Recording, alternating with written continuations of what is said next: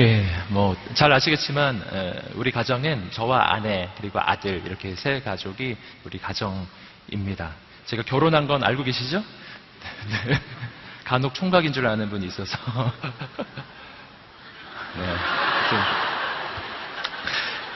네. 네. 진짜예요. 그래서 아무튼, 우리 가정에서 기쁨 주는 우리 아들이에요. 그래서 저하고 아내는 조금 진지하고 항상 심각한 대화를 많이 나누는데 우리 아들이 우리 집안을 기쁘게 해줘요. 얼마나 감사한지 모르겠어요. 아빠와 엄마를 닮지 않았어요. 제 아내와 제가 좀 심각한 대화를 나누고 있었던 적이 있습니다. 제가 또 약간 고민 이야기를 아내와 나누고 있었어요. 제 아들이 옆에 앉아 있었습니다. 그 이야기를 아들이 안 들을 줄 알았는데 좀 듣고 있었던 것 같아요. 듣고 있다가 갑자기, 정말 그러지 않는데 갑자기 그 대화에 끼어들면서 저에게 이렇게 말했어요. 아빠가 지켜야 할 자리가 있어요. 놀랍죠? 우리 아들이 13살이거든요. 그래서 얘가 무슨 말을 하려나 갑자기 막 걱정이 돼가지고 얘가 무슨 말을 하려고 그러지 그랬는데 우리 아들이 이렇게 말했어요. 아빠가 지켜야 할 자리는 가장자리예요. 네. 가장자리. 엄마하고 저는 가운데 있을 테니까 아빠는 가장자리에 계세요.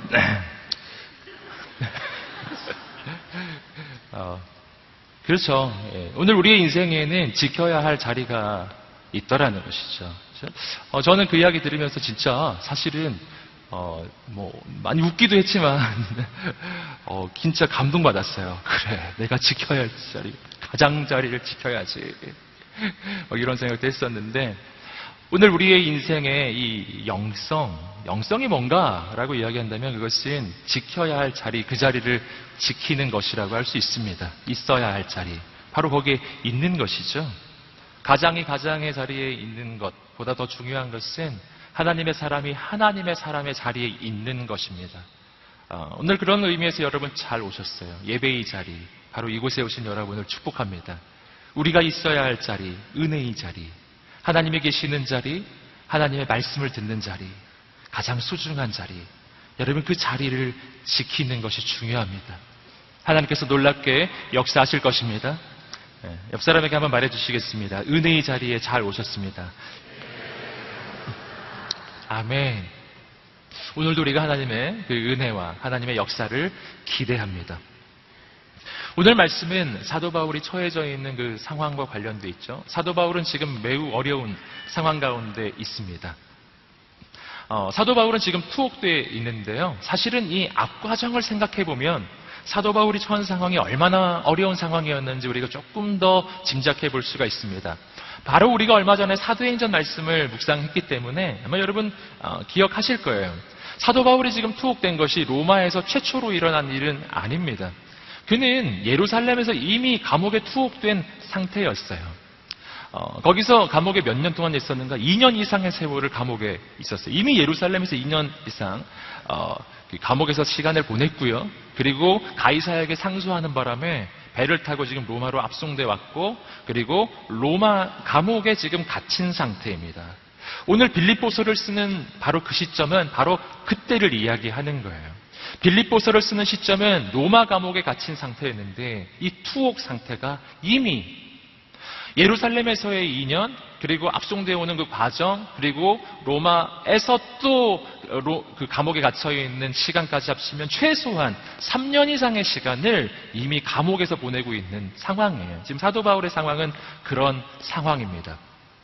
여러분, 그런데 이 감옥에 갇혀 있는 3년 이상의 세월이 있기 전에 사도 바울은 어떤 인생을 보냈나요? 사도 바울은 나쁜 짓을 하지 않았어요. 사도 바울은 정말 그 누구보다 헌신된 사람이었고, 예루살렘에서 투옥되기 이전에 사도 바울이 했던 일은 3차에 걸쳐서 선교 여행을 떠난 일이었습니다. 그 3차에 걸친 선교 여행을 통해서 여러분, 사도 바울은 신약 성경에 나오는 그 어떤 사도와도 비교할 수 없는 놀라운 하나님의 선교의 사역을 이루었던 사람이에요. 유럽 선교가 시작되었고요. 그를 통해서 수많은 교회가 개척되기 시작했고, 여러분, 실은 기독교는 정말 사도 바울을 통해서 세워졌다고 말해도 과언이 아닐 만큼 그렇게 놀라운 일을 했었던 거예요. 그렇게 수고하고 애쓴 다음에 사도 바울에게 왔던 일, 여러분, 그렇게 오랜 세월 동안 수고했는데 이제는 뭐 안식년이라도 가고 어디 좀 리조트에서 휴식이라도 취해야 될 것 같지 않으세요? 그런데 그 모든 사역이 끝난 후, 3차에 걸친 그 선교의 사역이 끝난 후 그에게 온 것은 3년 이상의 투옥, 감옥 생활이었어요. 이거 이해됩니까?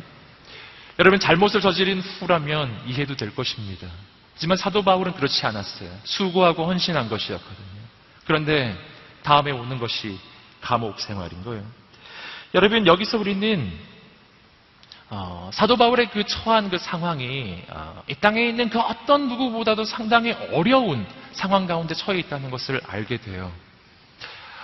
그리고 오늘 말씀에서 우리는 이러한 인생의 고난 가운데 사도 바울이 가지고 있는 세상 사람과는 전혀 다른 새로운 관점을 발견하는 거예요. 우리가 사도행전의 말씀에서도 이 사도 바울에 대해서 함께 보셨었지만 오늘 이 빌립보서, 오늘 이 본문의 말씀을 통해서도 우리는 발견해요. 사도 바울은 정말 일반적인 세상 사람과는 달라요. 다른 관점, 다른 시선을 가지고 있습니다. 인생을 향한 전혀 다른 판단을 해요.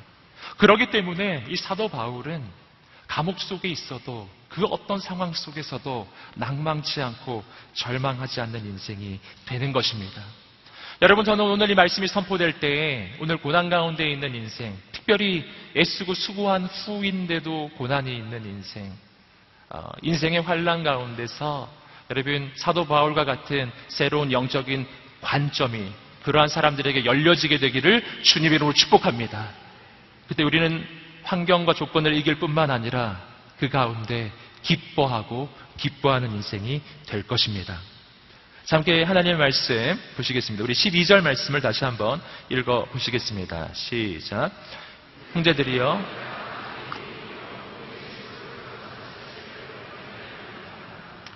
자, 12절 말씀에서 사도 바울은 자기가 지금 처해져 있는 상황에 대한 아주 중요한 영적인 관점을 말해주고 있어요. 저는 빌립보 성도 여러분이 이것을 알기를 바랍니다. 뭘 알기를 바라는가? 그것은 내가 지금 당하고 있는 이 일, 지금 그렇죠? 내가 당한 일, 이렇게 지금 사도 바울이 표현하고 있습니다. 내가 지금 당하고 있는 이 일, 즉 이해할 수 없는 고난, 상상할 수 없는 이 고난이 도리어 복음의 진보를 가져왔습니다. 이것을 여러분이 알기를 원합니다. 지금 사도 바울이 그렇게 이야기를 하고 있습니다. 여러분, 여기서 우리는 사도 바울이 자기 인생을 바라볼 때 내가 당하고 있는 그 일만을 바라보고 있지 않다는 것을 알게 돼요. 내가 당하고 있는 이 일이 아니라 그 일을 통해서 이루어 가시는 하나님의 역사를 보고 있다는 것을 발견하는 것입니다. 그리고 그 일이 왜 일어나는지에 대한 영적인 해석이 열려지고 있다는 것을 볼 수가 있는 거예요. 여러분, 이 구절 속에서 우리는 몇 가지 중요한 영적인 교훈을 발견합니다. 첫 번째는 뭐냐면 고난은 해석되면 더 이상 고난이 아니다라는 것입니다. 고난은 해석되는 순간 더 이상 고난이 아닙니다. 여러분, 고난이 어려운 까닭은 그 고난이 이해되지 않을 때 있죠. 내가 왜 이런 일을 당하는지 도무지 납득이 되지 않을 때 우리는 견디기가 힘이 듭니다. 하지만 왜 그 일을 당하는지 알게 되면, 그것을 통해 이루어가는 하나님의 역사를 보게 되면 여러분, 깨닫게 되고 알게 되고 그리고 이해가 되고 그 고난이 더 이상 어렵지 않아지는 것이죠. 사도 바울이 지금 바로 그러한 것이죠. 여러분, 성경에서 바로 그러한 사례, 가장 대표적인 사례, 요셉의 인생이죠. 그는 노예가 되고 그는 죄수가 되었는데 그 모든 과정이 모두 다 억울한 것 투성이었어요. 잘못이 없이 노예가 되고 그는 잘못이 없이 죄수가 돼요. 그는 한 번도 하나님을 향한 헌신을 저버린 적이 없는데, 믿음을 지켜갔는데 계속 어렵기만 한 거예요. 여러분, 그런데 참 놀랍게도 요셉의 인생을 바라보면 그의 인생에 상처가 없는 것을 발견하고, 그의 과거 때문에 그가 복수하지 않는 것도 발견해요. 그는 나중에 애굽의 총리가 되었을 때 형들이 그를 찾아왔을 때 충분히 복수를 할 수 있었는데 복수하지 않는 거예요. 왜냐하면 요셉은 인생을 바라보는 하나님의 관점, 하나님의 해석을 가진 사람이었기 때문이에요. 함께 창세기 45장 5절의 말씀에서 이 요셉이 자신을 찾아왔던 형들에게 해주는 그 이야기를 함께 한번 보겠습니다. 읽어보시겠습니다. 우리 창세기 45장 5절입니다. 시작. 하지만 형님들이 저를 이곳에 팔았다고 해서 근심하거나 자책하지 마십시오. 이는 하나님께서 생명을 구하시려고 저를 형님들보다 먼저 여기로 보내신 것이기 때문입니다. 형님들이 저를 파셨습니다. 잘못한 일 맞습니다. 하지만 염려하지 마십시오. 그것은 형님들이 하는 일이 아닙니다. 그 모든 것 속에는 하나님의 역사가 있었습니다. 하나님께서 형님들의 그 악함까지도 이용하셔서 그 모든 것 뒤에 배후에서 역사하셔서 하나님이 날 보낸 것입니다. 왜? 이 큰 흉년 속에서 이 천하 만민을 구원하기 위해서 그들을 살리시려고 진짜 걸출한 탁월한 리더십이 필요했는데 하나님이 날 그런 리더십으로 세워주시기 위해 하나님이 여러분을 이용한 거예요. 당신들이 한 게 아니에요. 하나님이 하신 것입니다. 할렐루야. 이것이 요셉이 자기 인생을 바라보는 관점이에요. 그러니 상처가 없는 것이죠. 여러분, 우리가 사람만 바라보면 내 마음에는 상처뿐이에요. 그가 내게 한 짓을 생각해보면 나는 그 상처에서 벗어날 수가 없는 것이죠. 내 생각은 어떻게 하면 복수할 수 있을까밖에 생각이 안 날 것입니다. 여러분, 그러나 생각을 바꾸어야 합니다. 여러분, 모든 일의 배후에 하나님이 계시고 인류 역사의 주관자는 하나님이십니다. 사람이 하는 것 같지만 그 뒤에는 하나님이 계시고요. 사람이 일하는 것 같지만 그 어느 누구도 하나님의 손에서 벗어난 인생이 없다라는 것을 믿으시기를 주님으로 축복합니다. 심지어는 요셉의 형들까지도요. 여러분, 하나님의 통치와 컨트롤 바깥에 있는 존재는 아무도 없는 거예요. 여러분, 하나님의 눈이 열려지게 되기를 주님으로 축복합니다. 그렇기 때문에 이 고난을 해석하기 위해서, 내 인생의 고난을 해석하기 위해서 필요한 게 있어요. 그것은 뭐냐면 내 이성으로, 내 이해력으로, 내 경험으로 내 인생을 해석하려 들지 말라는 것입니다. 여러분, 인간의 한계적인 이성, 인간의 한계적인 이해력으로는요, 결코 이해가 안 되는 거예요. 해석을 하면 할수록 더 어려워져요. 이해를 하면 할수록 더 사람이 원망스러워지고 더 내 인생은 한스러워져요. 내 인생을 묵상해보면 묵상할수록 내 인생에 상처를 주었던 그 사람을 생각해보면 생각해볼수록 더 이해가 되고 용납이 되는 게 아니라 내가 더 미워할 이유, 내가 복수해야 할 이유만 발견하는 것이죠. 여러분, 인생의 해석, 내 과거의 해석은 내가 하는 게 아니라 하나님께서 해 주셔야 열리는 것입니다. 역사의 주관자이신 하나님. 여러분, 하나님의 관점이 열려지게 되기를 주님의 이름으로 축복합니다. 여러분, 그럼 어떻게 해야 하나님의 눈이 열려질까요? 내 인생을 향한 하나님의 눈, 내 과거를 향한 하나님의 시선이 어떻게 해야 열리겠느냐 하는 것이죠. 여러분, 그 방법인 지성의 과정이 아니에요. 우리는 해석하면 이것은 지성적 활동이라고 생각합니다. 하지만 성경은 그렇게 말하지 않아요. 여러분, 성경이 말해주는 해석은 이해에서, 지성에서, 내 머리에서 나오는 게 아니에요. 성경이 말하는 해석은 하나님을 향한 신뢰로부터 나오는 것입니다. 여러분, 요한복음 11장에서 예수님께서 나사로가 죽은 그 현장에서 이렇게 말씀해 주셨죠. 내가 믿으면 하나님의 영광을 보리라. 가장 중요한 것은 그 과정이에요. 내가 믿으면 보게 되리라. 여러분, 우리는 얼마나 자주 난 봐야 믿겠다고 이야기합니까? 여러분, 그렇지 않습니다. 믿어야 보게 되는 것입니다. 여러분, 이해도 마찬가지예요. 우리는 얼마나 자주 신앙생활을 할 때 하나님 날 이해시켜 주세요. 날 납득시켜 주세요. 그러면 내가 믿겠습니다. 이렇게 말하는 거죠. 하나님 내게 왜 이런 일이 일어났는지 나한테 좀 설명 좀 해주세요. 그럼 내가 하나님 신뢰할게요.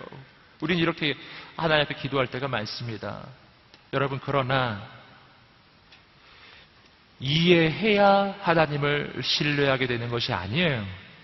하나님을 신뢰해야 하나님의 역사가 이해되기 시작하는 것입니다. 신뢰해야 이해가 되고 하나님을 믿어야 하나님의 역사를 알게 돼요. 하나님을 믿어야 하나님의 역사를 보게 되는 것입니다. 여러분, 신앙의 과정은 언제나 믿음이 먼저예요. 하나님을 향한 신뢰가 먼저라고요. 여러분, 오늘 이 시간이 하나님을 향한 신뢰가 있는 시간이 되기를 주님의 이름으로 축복합니다.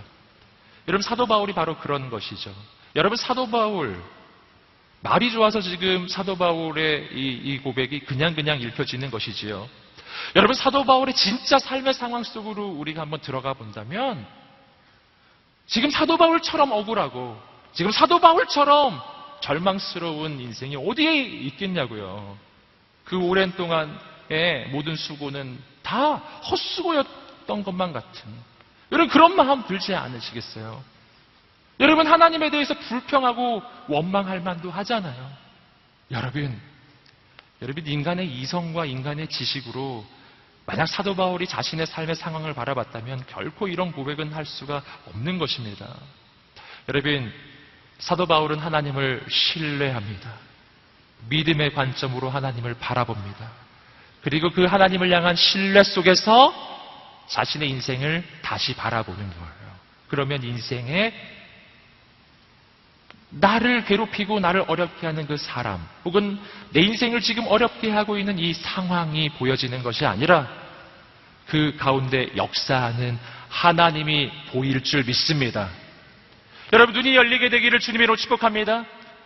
하나님 믿게 되기를 주님의 이름으로 축복합니다. 여러분, 거기서부터 하나님을 향한 이해와 내 인생을 향한 이해가 시작됩니다. 또 한 가지 발견하는 중요한 영적인 교훈이 있습니다. 그것은 사명이 분명하면 내가 당하는 일 때문에 흔들리지 않는다라는 거예요. 함께 한번 따라해 보겠습니다. 사명이 분명하면 내가 당하는 일 때문에 흔들리지 않는다. 예. 제가 굳이 내가 당하는 일이라고 표현했습니다. 그 까닭은 성경 본문이 지금 그렇게 이야기하고 있기 때문에요. 사도 바울이 말하죠. 내가 당한 일이 복음의 진보를 가져옵니다. 내가 당한 일. 여러분, 이 표현 우리가 진짜 많이 쓰는 표현 아닌가요? 너도 한번 생각해봐. 내가 당한 일을 봐. 내가 이렇게 화내지 않게 생겼냐고. 우리 이런 말 많이 하죠. 내가 오늘 무슨 일을 당했는지 이야기해 줄까? 뭐 이런 거. 오늘 내가 직장에서 무슨 일을 당했는지 한번 들어봐. 여러분, 우리 이런 말 많이 하잖아요. 여러분, 우리는 언제나 뭐에 관심이 있냐면 내가 당한 일에 관심이 있어요. 그리고 내가 당한 그 일 때문에 인생이 흔들려요. 내가 당한 그 일 때문에 내 감정이 흔들리고 내 정체성이 흔들리고 삶이 흔들립니다. 여러분, 그리고 하나님 앞에 기도하는 거죠. 하나님, 왜 내가 이런 일을 당해야 합니까? 우리 고민은 이거예요. 내가 왜 이런 일을 당할까? 기도는 내가 왜 이런 일을 당해야 할까? 이런 일을 좀 안 당하게 해주세요. 여러분, 그리고 이렇게 생각하죠. 내가 이런 일을 안 당하게 해주세요. 이렇게 기도했는데 그런 일을 당해요. 그러면 하나님이 날 버렸다고 생각합니다. 여러분, 저는 오늘 말씀을 통해서 새로운 종류의 인간을 발견합니다. 사도 바울과 같은 사람. 내가 당한 일 때문에 낭망하는 것이 아니라요. 사도 바울은 이렇게 말해요. 내가 당한 일 때문에 도리어 놀라운 하나님의 역사가 나타나고 있습니다.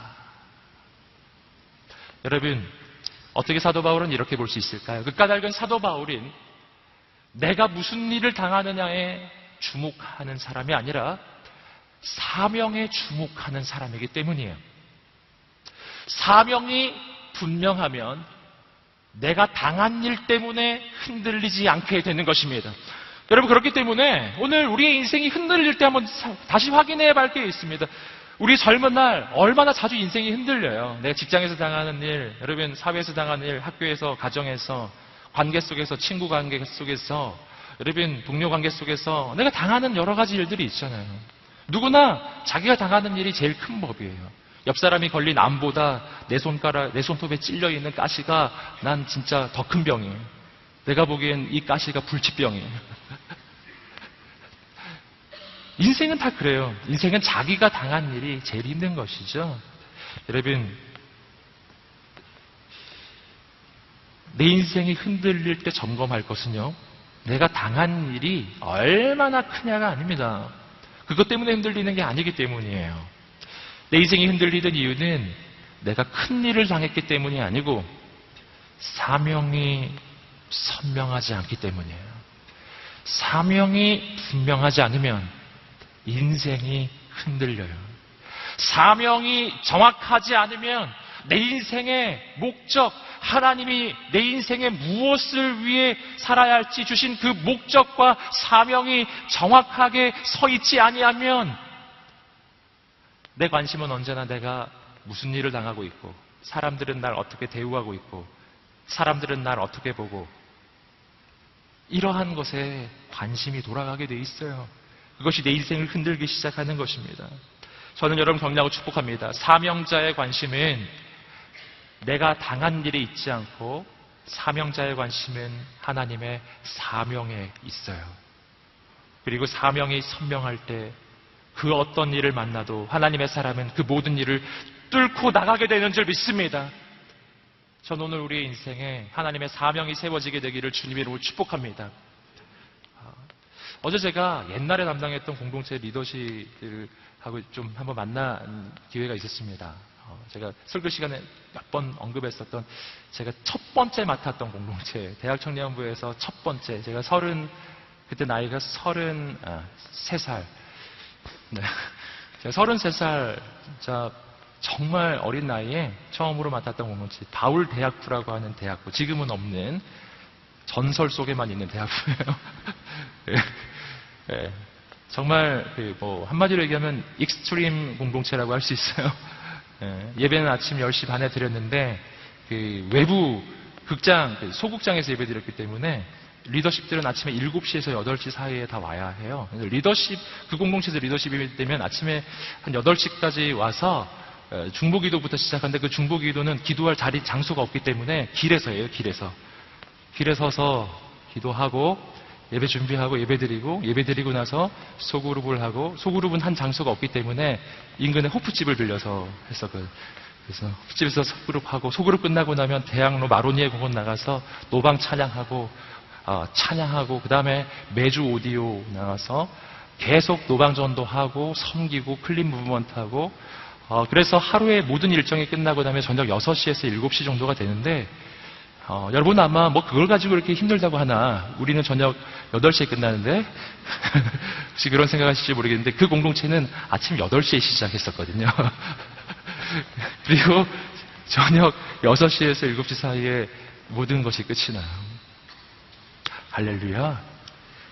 그 공동체에도 홀리스타가 있어요. 그 홀리스타가 어디서 있는지 아시겠어요? 여러분 상상도 할 수 없는 곳에서 있어요. 광화문 광장 그 옆에 이렇게, 광화문 광장 그 바로 옆 공간에 이렇게 길 간데 사람들이 좀 설 수 있는 데가 있어요. 거기서 홀리스타 있습니다. 야외죠. 네. 비가 오면 비 맞으면서, 눈이 오면 눈 맞으면서 찬양 인도자는 기타를 들고 거리에서 찬양 인도하고 같이 모여서 찬양하고, 제가 거리에 선 상태에서 제가 설교했어요. 설교하고 다 같이 통성기도 하고. 할렐루야. 제가 이런 얘기 드리는 까닭은요, 참 어려웠던 이 순간들이 많이 있었어요. 근데 제가 어제 느꼈어요. 뭘 느꼈냐면은 그 이야기를 리더십들과 그때 했었던 이야기 나눴는데 하면서 굉장히 즐겁게 했어요. 기쁘고 즐겁더라고요. 와, 그런 일이 있었지. 그때 했었던 사역들, 그때 했었던 전도 집회, 제가 처음 맡았던 공동체였었기 때문에 저는 이런 생각이 떠오르더라고요. 여러분, 오늘 우리가 하나님의 사명에 집중하잖아요. 그러면 내 인생의 어려움이 어려움으로 느껴지지 않아요. 하나님의 사명에 집중하죠. 그러면 그 어려움이 내 인생의 가장 즐거운 추억으로 바뀔 것입니다. 하나님의 사명에 집중해 보십시오. 그럼 지금 이 시간 어려움을 경험한다고 생각하는 그 모든 어려움들이 나중에 정말 하나님을 향한 간증의 고백으로 바뀔 것입니다.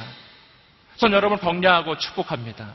여러분 하나님의 사명을 위해 인생을 드리게 되기를 주님으로 축복합니다.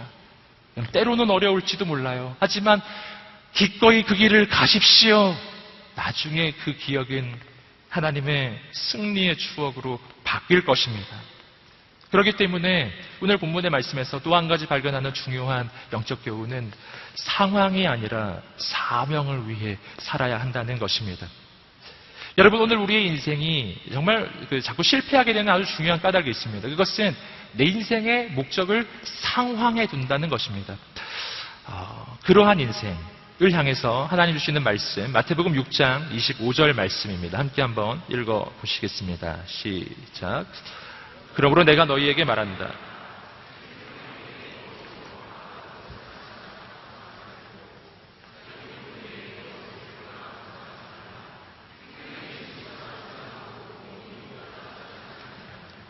이 부분은 우리가 두고두고 묵상해 보아야 할 부분입니다. 너희는 무엇을 먹을까 무엇을 마실까 염려하지 말고 자기 몸을 위해 무엇을 입을까 걱정하지 말아라. 생명이 음식보다 소중하고 몸이 옷보다 소중하지 않느냐? 예수 그리스도의 질문이십니다. 생명이 음식보다 중요하고 몸이 옷보다 중요하다. 여러분 이것은 무엇이 목적이고 무엇이 수단이냐에 대한 주님의 아주 중요한 가르침입니다. 여러분 나의 생명과 음식 사이의 관계에서 어느 쪽이 목적이고 어느 쪽이 수단일까요? 우리의 생명이 목적이 되고요. 음식은 수단인 거예요. 음식이 존재하는 이유는 내 생명을 살리기 위함이거든요. 음식은 수단이에요. 몸과 옷의 관계를 한번 생각해 보겠습니다. 몸과 옷의 관계 속에서 어느 쪽이 목적이고 어느 쪽이 수단이죠? 몸이 목적이고 옷이 수단인 것이죠. 몸이 옷을 위해 존재하는 것이 아니라 옷이 몸을 위해 존재하는 것입니다.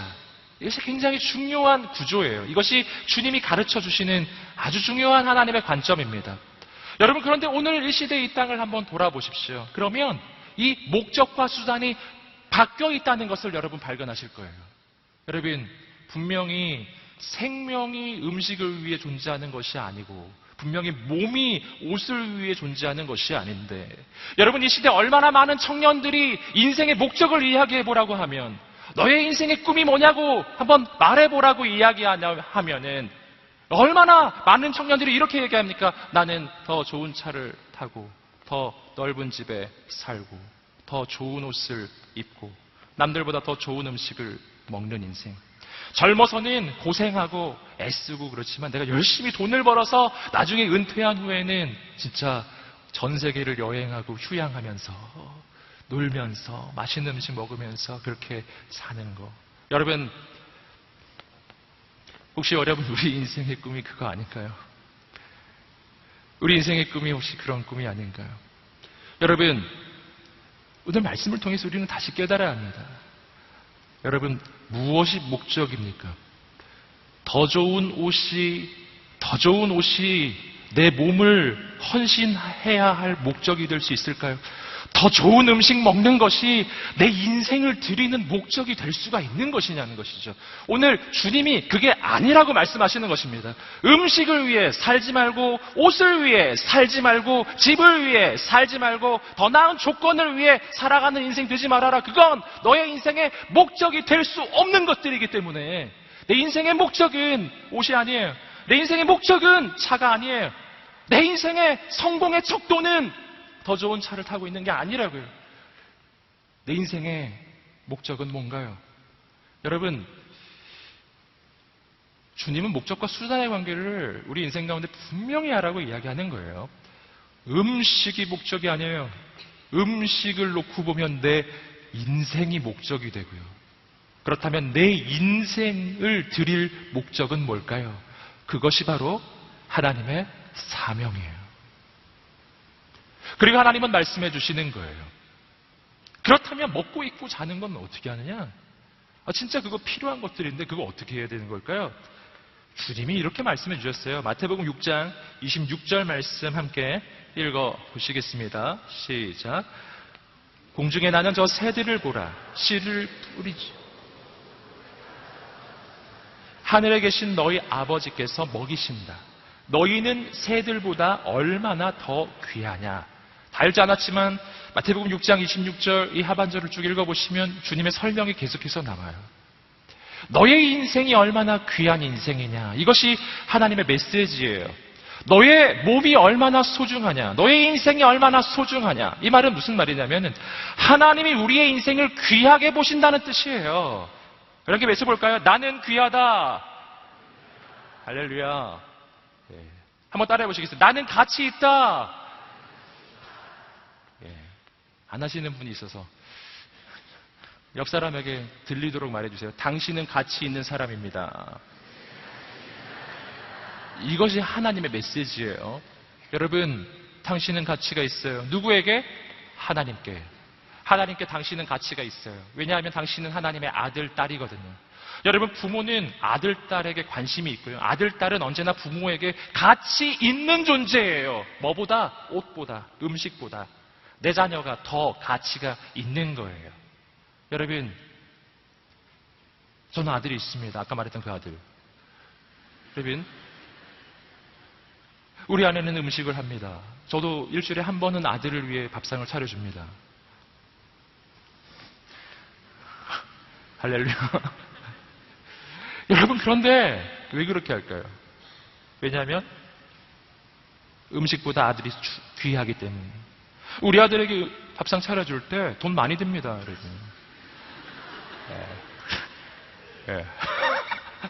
진짜 많이 들어갑니다.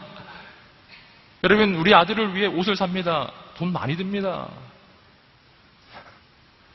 여러분, 그러나 저는 이렇게 생각하는 것이죠. 옷보다 내 아들이 귀하고, 아시겠죠? 이 음식보다 내 아들이 귀한 거예요. 그렇기 때문에 더 귀한 것을 위해 덜 귀한 것은 내놓을 수 있는 겁니다. 이것이 바로 하나님이 우리의 인생을 바라보는 관점이에요. 하나님께 여러분은 가치 있고 존귀한 하나님의 아들, 딸입니다. 여러분의 인생은 하나님 보시기에 귀합니다. 얼만큼? 예수님을 우리를 위해 주실 만큼이에요. 그렇게 귀하게 보시기 때문에 덜 귀한 거는 당신을 위해 주실 수가 있어요. 그게 옷, 음식, 먹고 마시는 것, 내가 필요한 모든 것들. 하나님 말씀해 주셨어요. 악한 자라도 자녀에게 좋은 것을 줄 줄 알거든. 하물며 하늘에 계신 너희 아버지께서 너희에게 좋은 것을 주시지 않겠느냐? 믿음이 없는 자들아. 여러분, 오늘 우리가 하나님 믿으시기를 주님으로 축복합니다. 여러분, 그러니 인생의 목적을 바꿔야 된다는 것이죠. 그리고 하나님이 내 인생의 진짜 목적을 알려주신 것이죠. 마태복음 6장 31절부터 33절까지 말씀 읽어보시겠습니다. 시작. 그러므로 무엇을 먹을까? 무엇을 마실까?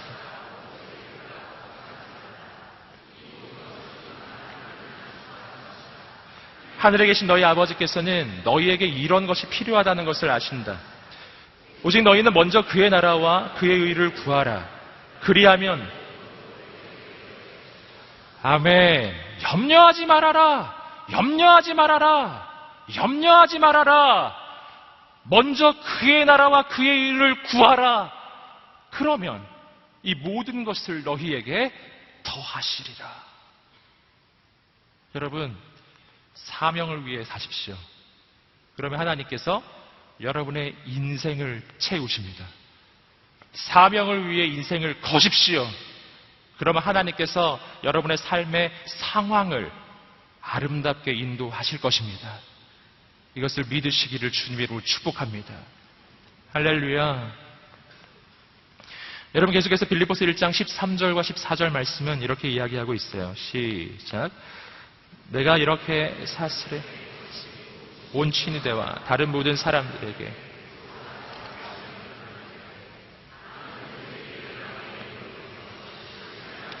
두려움 없이 더욱 담대하게 하나님의 말씀을 전했습니다. 자, 놀라운 이야기를 지금 사도 바울이 하고 있어요. 사도 바울이 갇힌 것 때문에 복음의 진보가 일어났다는 것에 대해서 조금 더 설명을 하고 있습니다. 내가 감옥에 갇혔다라는 것이죠. 그런데 14절 말씀이 좀 중요한데요. 많은 형제들이 내가 매임으로 인해서 주를 신뢰함으로 두려움 없이 더욱 담대하게 하나님의 말씀을 전했습니다. 참 놀라운 일이죠. 사도 바울이 옥에 갇혔어요. 여러분, 그가 투옥 상태예요. 이것은 기독교 공동체에게 위협적 소식 아닌가요? 나도 갇힐지 모르고 나도 지금 위협을 당하는 상황이 되죠. 여러분, 우리의 탑리더가 여러분 감옥에 갇혀버린 거예요. 얼마나 두려운 상황이에요. 여러분, 만약 일반적인 인간의 논리, 이성적 논리로 이 상황을 표현한다면 이럴 거예요. 내가 옥에 갇힌 것 때문에 나의 모든 형제들이 두려움을 느끼고 다 지금 도망치고 있다.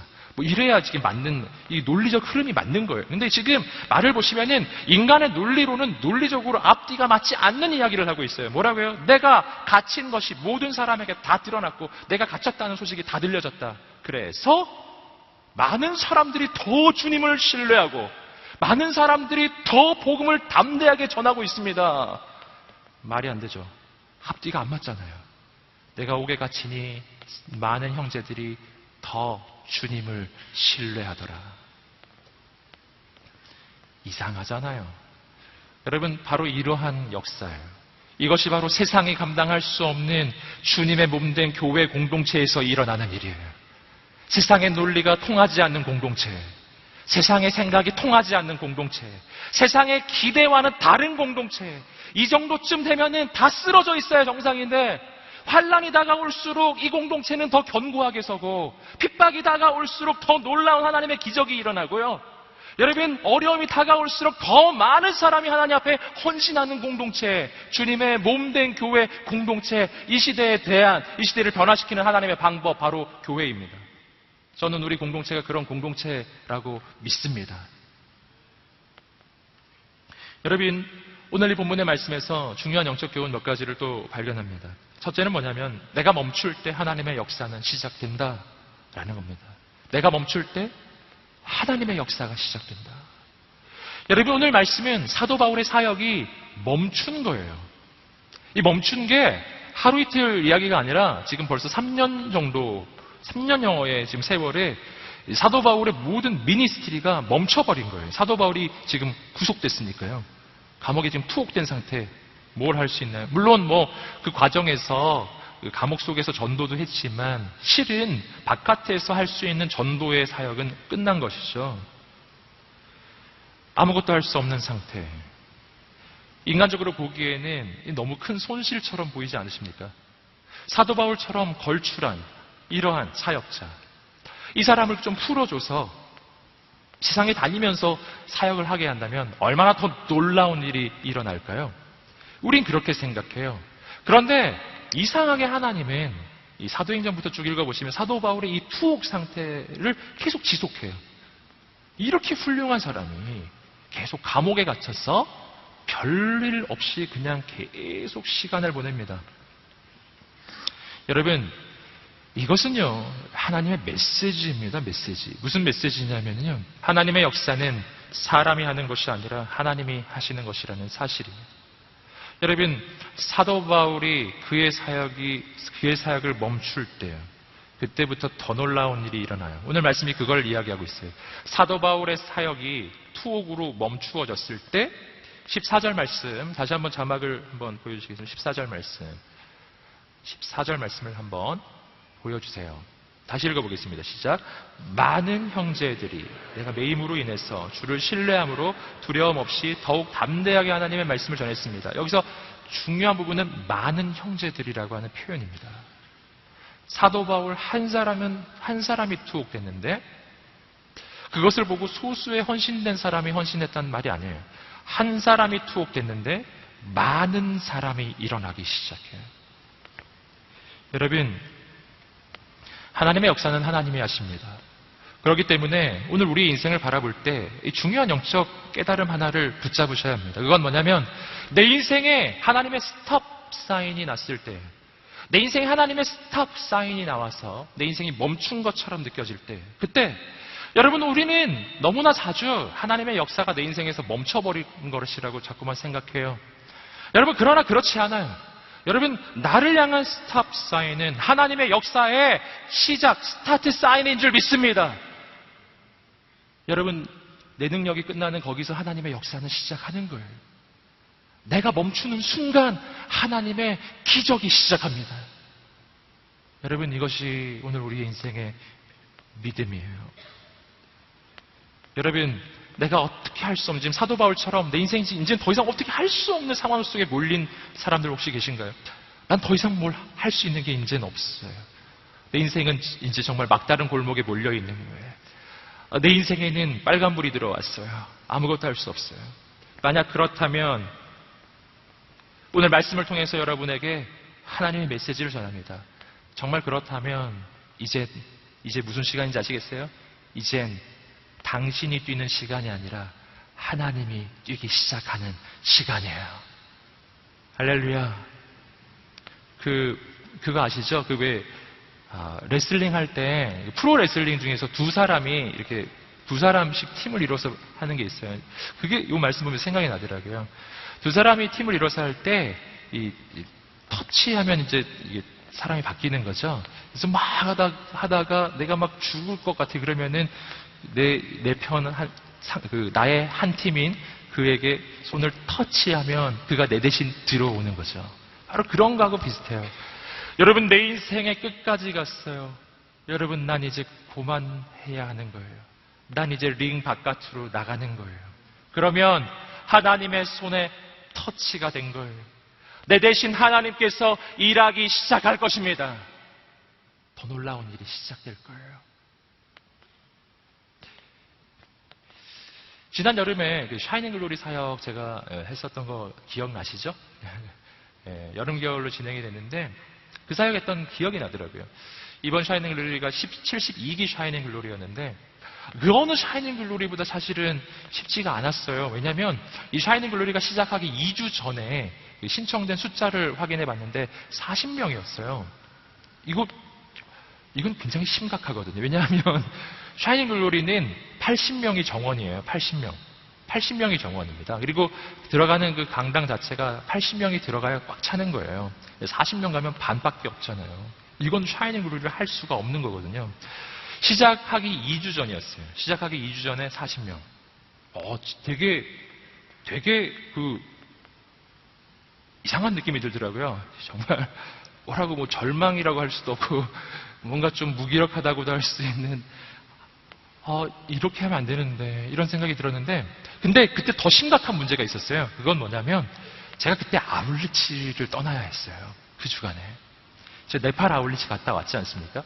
그 네팔 아울리치가 딴 아울리치보다 조금 길어요. 그래서 이제 아울리치 갔다 오면 언제냐면 샤이닝 글로리 사역 시작하기 바로 하루 전. 주일날 시작하는데 제가 아울리치에서는 토요일날 돌아왔거든요. 그러니까 예전 같으면 제가 사랑 구하려고 막 다니면서 좀 권면도 하고 막 부탁도 하겠는데 그걸 아무것도 할 수 없는 스케줄이 그런 스케줄인 거예요. 그래가지고 염려하는 마음으로 아울리치를 떠났어요. 그리고 아시는 바대로 네팔에서 엄청 고생하다가 돌아왔어요. 놀라운 일이 일어났어요. 딱 돌아왔는데 80명이 돼 있는 거예요. 네. 역시 여러분은 남의 이야기를 별로 안 좋아하시는데요. 여러분, 저는 정말 놀라웠어요. 아니, 어떻게 샤이닝 글로리 역사상 그런 일이 일어난 적이 없거든요. 예, 보통 2주 전쯤 되면 정말 많이 차 있어야 되는 게 맞는 건데 어떻게 2달 동안 40명이 모였는데 마지막 단 2주 만에 나머지 40명 전체가 채워진 거예요. 하나님께서 사람들을 막 물밀듯이 보내주신 거예요. 여러분, 모든 샤이닝 글로리 중에 가장 빨리 사람들이 입금도 했대요. 놀랍잖아요. 와, 제가 놀랐어요. 그래서 정말 담당 장로님께 와, 진짜 놀랍네요. 그랬더니 장로님이 그러시더라고요, 저보고. 다음에 샤이닝 글로리 할 때도 시작하기 전에 어디 좀 갔다 오시라고. 그래서 안 계신 게 좀 도움이 되는 것 같다고. 그래서 다음에도 좀 어디 갔다 올까 생각 중입니다. 근데 제가 뭐를 깨달았냐면 내가 멈추면 하나님의 역사가 시작된다 라는 거예요. 여러분, 하나님 기대하시기를 주님으로 축복합니다. 여러분, 내 인생이 지금 멈췄습니까? 내 자의가 아닌가요? 여러분, 어쩔 수 없이 멈춰 계신가요? 여러분, 이젠 하나님의 역사를 볼 때예요. 여러분, 이젠 하나님께서 일하시는 것을 볼 때입니다. 하나님께서 역사하실 것입니다. 여러분, 오늘 말씀에서 계속 발견하는 것은 뭐냐면, 그래서 하나님은 내가 아니어도 일하신다는 거예요. 이것이 오늘 말씀에서 또 하나 하나님이 보여주시는 메시지예요. 내가 아니어도 하나님은 일하세요. 사도 바울이 멈췄죠? 걸출한 사역자, 그가 멈추면 모든 사역이 끝날 것만 같죠? 사도 바울 같은 사람이 투옥됐어요. 여러분, 하나님의 역사에 얼마나 심대한 지장이 올 것 같아요. 여러분, 근데 뚜껑을 열어봤더니 아니에요. 사도 바울이 투옥됐더니 14절 말씀이 말하는 것은 많은 형제들이 일어나기 시작하더라는 것입니다. 여러분, 우리는 얼마나 자주 내가 해야만 한다라는 생각에 빠져 있는지 몰라요. 내가 하지 않으면 어떻게 될 것만 같죠? 아니에요, 여러분. 내가 하지 않아도 하나님이 일하심을 믿으시기를 주님으로 축복합니다. 이것이 지금 하나님이 사도 바울에게도 가르쳐 주시는 거예요. 너가 하지 않아도 된단다. 하나님이 하나님의 일을 이루어 가시는 거란다. 넌 그냥 쉬어라. 쉬어라. 평안히 쉬어라. 여러분, 주님의 음성을 들으시기를 주님으로 축복합니다. 빌립보서 1장 15절부터 18절까지 말씀을 계속해서 읽어보시겠습니다. 시작. 어떤 이들은 시기와 다툼으로, 또 어떤 이들은 좋은 뜻으로,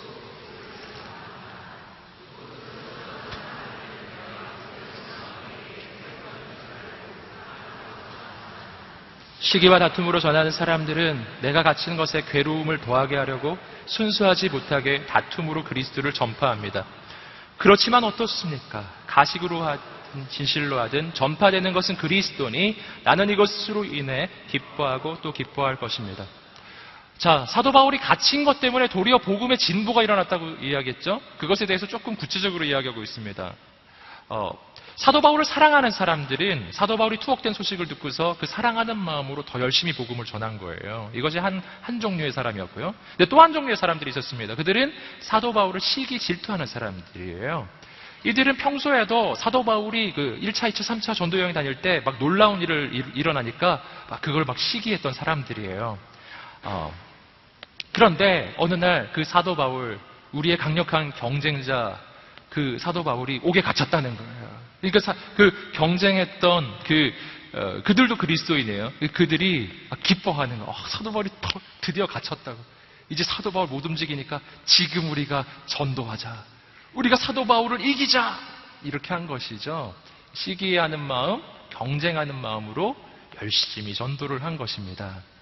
여러분, 그것을 바라보면서 사도 바울의 고백이 바로 이런 고백인 것입니다. 가식으로 하든 진실로 하든, 나를 사랑하는 마음으로 하든 나를 어렵게 하려고 하는 그런 마음으로 하든 어찌됐건 전파되는 것은 그리스도니 나는 기뻐하고 또 기뻐하리라. 여러분, 사명이 분명한 사람은 사람 때문에 흔들리지 않습니다. 오늘 우리 인생이 왜 흔들리나요? 왜 사람이 날 흔들까요? 그 까닭은 똑같아요. 사명이 분명하지 않기 때문이에요. 사명이 분명하면, 내 인생의 사명이 뭔지가 정확하면 그 사명은 나를 통해 한 영혼이 살아나는 것이고 나를 통해 하나님의 영광 받으시는 바로 그 사명이잖아요. 여러분, 그 사명이 정확하면 내 인생에 진짜 기쁨이 오기 시작해요. 사도 바울의 기쁨. 여러분, 이 시대는 그 어느 때보다 기쁨을 추구하는 시대입니다. 이 시대가 그런 시대예요. 포스트 모던 시대, 절대 진리가 사라진 시대이죠. 절대 기준이 사라져 버렸어요. 여러분, 이 시대 남은 것은 오직 느낌이에요. 각자 소견에 오른 대로 행하더라. 사사기 시대, 영적 사사기 시대, 지금 이 시대가 그런 시대예요. 이 시대의 기준은 단 한 가지 기준밖에 없는 것 같아요. 느낌. 느낌이 좋으면 좋은 거예요. 진리에 맞느냐 안 맞느냐 상관없어요. 그냥 느낌에 좋으면 맞는 거예요. 우리 그렇게 선택하는 시대. 그래서 그 어느 때보다 기쁨을 추구하지만 그 기쁨의 근거가 어디에 두고 있느냐면 내 느낌에 두고 있어요. 그래서 우리는 얼마나 느낌 좋은 걸 찾아다니나요? 카페도 뭐 식당도 하여튼 뭐가 됐든지 느낌. 여러분 그런데 그 문제가 있죠. 문제는 뭐냐면 그렇게 인간의 느낌에 그 기초하는 그 기쁨이 진짜가 아니라는 데 있어요. 그 기쁨은 오래 갈 수가 없는 거예요. 내가 기쁨을 느끼는 그 대상 자체가 금방 사라져버리는 것이기 때문입니다. 여러분, 내 감각기관을 만족시키는 것들, 내 시각과 내 미각과 내 촉각을 만족시켜주는 것들, 여러분, 그런 것들은 전부 다 금방 사라지는 거예요. 금방 사라지는 거예요. 여러분, 그렇기 때문에 이 시대에 기쁨을 이야기하지만 그 기쁨이 너무 빨리 사라지고, 여러분, 세상에, 여러분, 악한 마귀는 우리에게 기쁨을 제시해요. 하지만 마귀가 주는 그 기쁨은 너무나 빨리 사라져요. 여러분, 그래서 기쁨을 추구하지만 그 기쁨이 온전하지 않은 시대예요.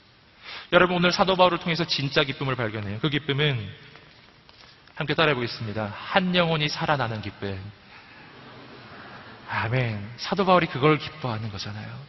사람들이 날 뭘 대우하든 뭐라고 하든 이것을 통해 한 영혼이 살아난다면 난 기뻐하고 기뻐하리라. 여러분, 세상의 모든 다른 기쁨은요, 이 땅에서 끝나버리는 기쁨이에요. 여러분, 집을 산 기쁨은 천국 갈 때 사라질 것입니다. 왜냐하면 여기 놓고 가야 되거든요. 여러분, 돈을 버는 기쁨도 이 땅에 놓고 갑니다. 내가 저축한 모든 돈은요, 여기 놓고 가요. 천국에 지점이 없어요. 그냥 여기서 끝이에요. 여러분, 근데 천국까지 가는 기쁨이 있어요. 그게 뭐냐면 나를 통해 구원받은 한 영혼이에요. 그는 천국 가면 있어요. 할렐루야. 여러분, 그래서 한 영혼, 나를 통해 살아난 한 영혼이 주는 그 기쁨, 그 기쁨은 영원 무궁해요. 천국 끝까지 가는 거예요. 여러분, 그 기쁨 있게 되기를 주님으로 축복합니다. 마지막으로 정말 세상에 알 수 없는 그 기쁨은요, 나는 죽고 예수님이 내 안에 사시는 인생의 기쁨이에요. 지금 사도 바울의 기쁨입니다. 나는 죽고 내 안에 예수님이 사세요. 기쁨의 기준은 내가 아니라 예수님이신 것이죠. 난 죽었어요. 그러니 무슨 대우를 받느냐? 상관없는 겁니다. 여러분, 성경은 말해요. 구원이란 내가 죽은 거라고 이야기하는 것입니다. 여러분, 죽은 사람은 섭섭하지 않아요. 죽은 사람은 아쉬움도 없는 거예요. 여러분, 죽은 사람은 유혹에 흔들리지 않아요. 죽은 사람 앞에 한번 짜장면 갖다 놔보세요. 맛있네, 맛있을 것 같아서 못 죽겠어. 이런 사람은 없어요. 여러분, 죽은 사람은 시험당하지 않아요. 여러분, 내 마음에 섭섭함이 밀려올 때 그때 이걸 깨달아야 합니다. 내가 죽은 게 아니었구나. 여러분, 저는 오늘 우리가 깨닫게 되기를 소망해요.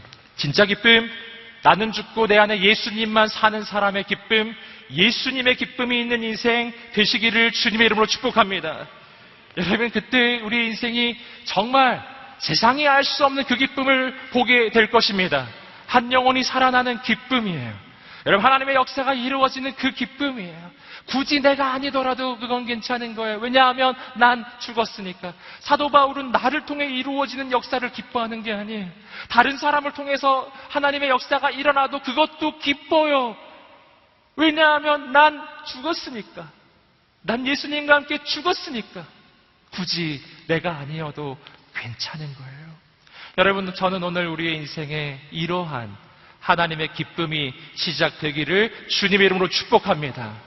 이 시간에 주님의 말씀을 붙잡고 함께 기도하며 나아가면 좋겠습니다. 우리가 함께 기도하면서 주 앞에 나아갈 때 늘 말씀을 따라서 붙잡고 함께 기도하며 나아갑니다. 하나님 아버지, 우리의 인생이 얼마나 상황에 흔들리고 사람에게 흔들리고 얼마나 내 인생의 과거 때문에 흔들렸습니까? 하나님 아버지, 오늘 우리의 인생을 새롭게 하여 주시옵소서. 새 역사를 이루어 주시옵소서. 오늘 우리의 눈을 열어 주시옵소서. 새로운 관점을 열어 주시옵소서. 인생을 향한 하나님의 관점을 열어 주시옵소서.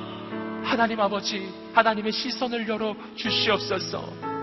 거룩하신 주님, 오늘 이곳에 오시옵소서. 오늘 나의 인생이 사도 바울처럼 아무것도 할 수 없는 인생에 끝까지 몰려있는 사람들이 계신가요? 난 아무것도 할 수 없다고 하나님을 원망하는 사람들이 계신가요? 여러분, 이 시간 오늘 사도 바울이 가졌던 그 하나님의 관점이 열려지게 되기를 주님의 이름으로 축복합니다. 내 인생을 향한 하나님의 사명이 세워지게 되기를 주님의 이름으로 축복합니다. 난 지금 뭘 위해 살고 있나요? 진짜 목적이 맞을까요? 여러분, 주 말씀을 붙잡으세요. 내가 그토록 고통하고 어려워하는 이유, 내 인생의 진짜 목적이 세워지지 않았기 때문이 아니던가요? 여러분, 오늘 우리 인생 가운데 한 영혼을 구원하고 하나님께 영광 돌리는 하나님의 비전이 세워지게 되기를 간절히 소망합니다. 오늘 우리의 인생이 그렇게 사도 바울처럼 현실을 이기고 환경을 이기고 상황을 이기고 그리고 하나님의 역사를 진정으로 기뻐할 수 있는 그 기쁨이 회복되기를 소원하는 사람들, 함께 자리에서 한번 일어나 보시겠습니다. 하나님, 내 인생을 주 앞에 의탁합니다. 주님 역사하여 주시옵소서.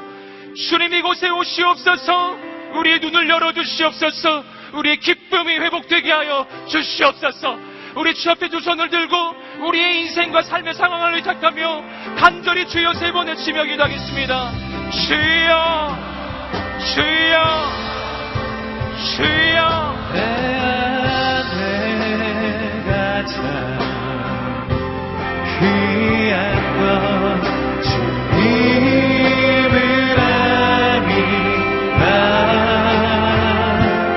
모든 것 되시며 의와 기쁨 되신 주 사랑하네. 살아계신 하나님 아버지, 역사하여 주시옵소서. 하나님, 내 안에가 참 귀한 것 주님을 아니라 모든 것 되시며 의와 기쁨 되신 주 사랑하옵소서. 하나님의 은혜를 내려 주시옵소서.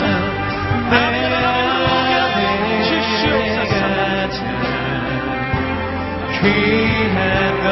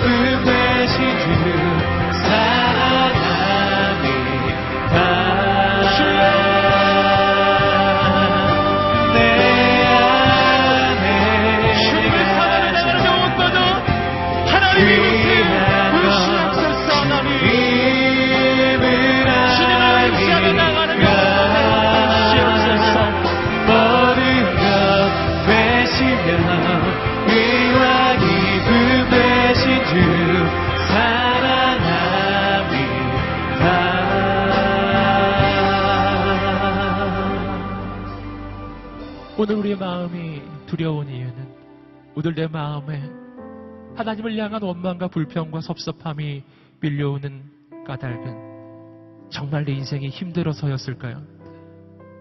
여러분, 그렇지 않아요. 그렇지 않아요. 그 까닭은 내 인생도 내가 하는 것이고 사역도 내가 하는 것이라고, 다 내가 하는 것이라고 생각했기 때문이에요. 내가 하는 것이라고 생각하면 내가 하지 못하게 되었을 때 두려움이 밀려와요. 내가 하지 못하게 되었을 때 절망이 밀려오고, 나는 못하는데 다른 사람이 잘하는 것을 보면 열등감이 밀려오고 시기가 밀려옵니다. 여러분, 주님이 말씀하셨어요. 내가 그리스도와 함께 십자가에 못 박혔나니 그런즉 이제는 내가 사는 것이 아니요 오직 내 안에 그리스도께서 사시는 것이라. 여러분, 구원받은 하나님의 사람의 인생의 본질은 난 죽었다라는 것입니다. 내가 죽었는데 사람들이 날 안 알아주는 것이 왜 문제가 될까요?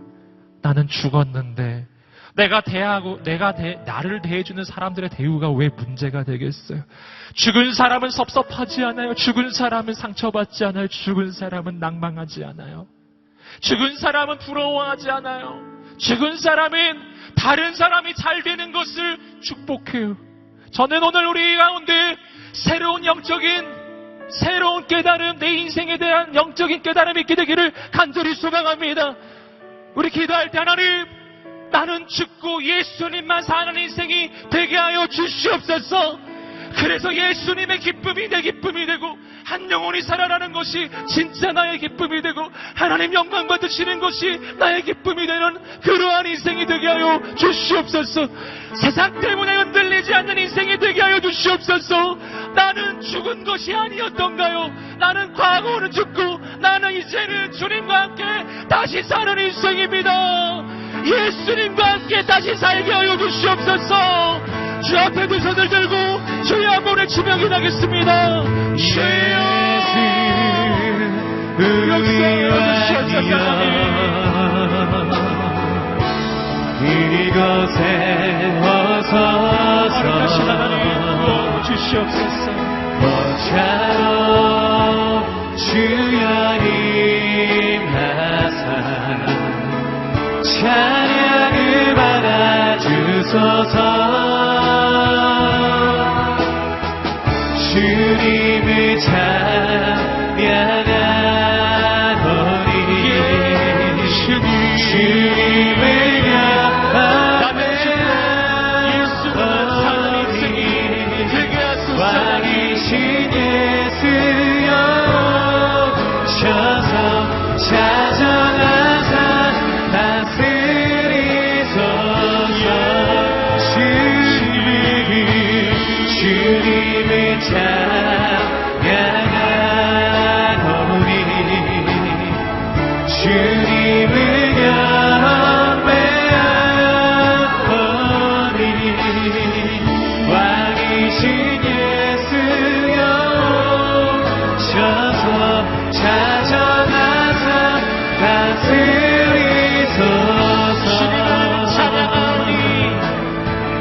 주님을 찬양하노니 주님을 경배하노니 왕이신 예수여 오셔서 찾아가사 다스리소서.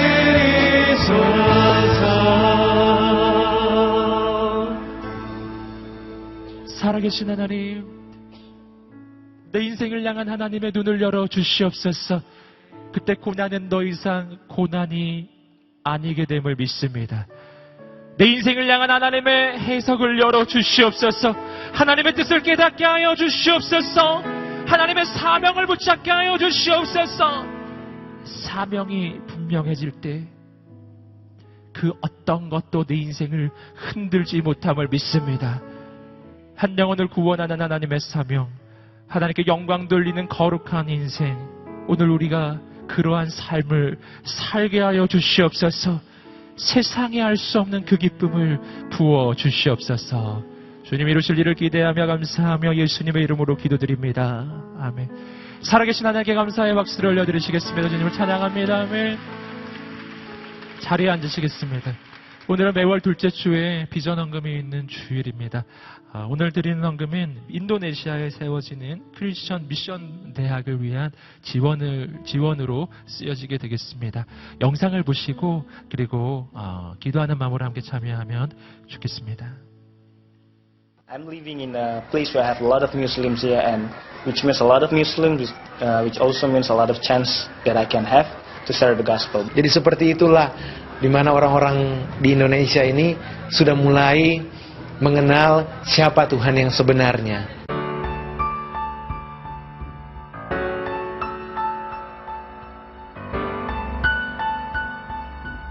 인도네시아는 지금 굉장한 영적 전쟁이 벌어지고 있는 전쟁터입니다.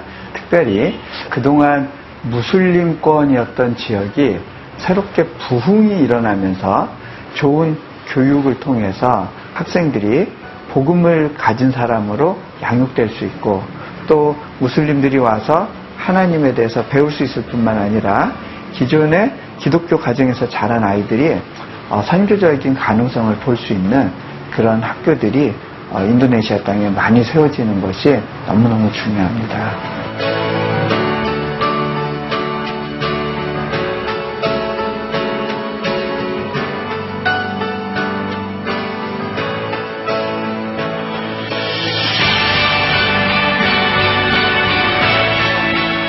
정말로 이 건축의 과정에 자세한 많은 스토리들이 있지만 이거는 하나님께서 친히 하셨고 나는 정말로 이걸 잘 전달할 하나의 증인이구나.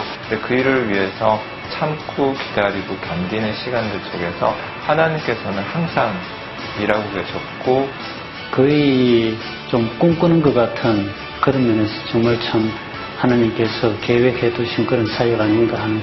인도네시아는 굉장히 섬이 많고 지리적으로 접근이 굉장히 어려운 경우도 많고요. 저희가 온라인 사역을 준비함으로써 그거에 대한 교육 빈부격차를 많이 해소해 줄 수 있지 않을까. 여기 학생들이랑 같이 예배하고 같이 찬양하고 말씀 나누고 그런 거 생각하면 너무 기대되고요. 생명 전하면서 사는 사람들로 함께 세워서 가야 될 것 같아요.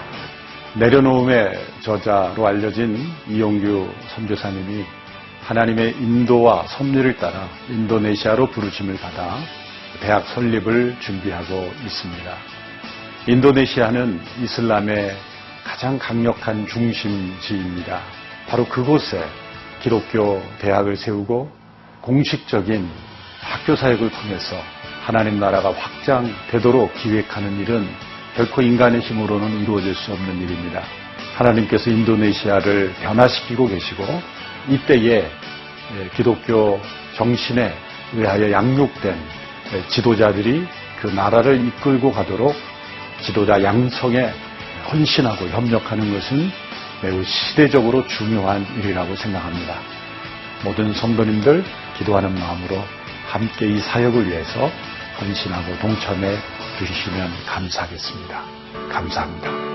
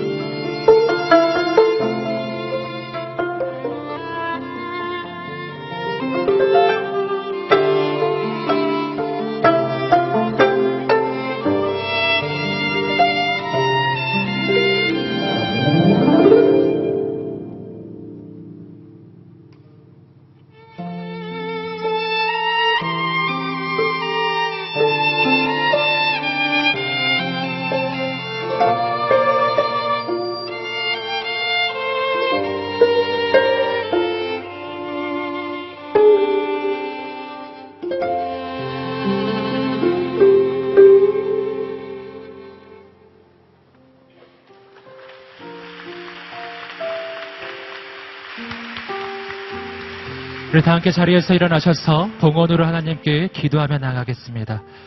살아계신 하나님 아버지 감사합니다. 하나님 주신 그 은혜가 너무 감사하여 작은 물질을 주 앞에 구별하여 드립니다. 오늘은 특별히 인도네시아의 크리스천 미션 대학, 새롭게 세워질 그 대학을 위해 드립니다. 하나님 아버지, 인도네시아 땅에 새로운 부흥의 역사가 일어나게 하여 주시옵소서.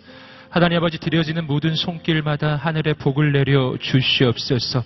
30배, 60, 100배의 열매가 오늘 우리의 인생에 맺어지게 하여 주시옵소서. 지금은 우리 주 예수 그리스도의 은혜와 하나님의 사랑과 성령의 교통하심이 오늘 자신의 인생을 하나님께 드리며 나는 죽고 예수로만 사는 인생 살기로 결단하는 모든 하나님의 사람들 머리 위에, 이 민족과 열방과 모든 선교사님들 머리 위에 지금부터 영원까지 함께 하시기를 간절히 축원하옵나이다. 아멘.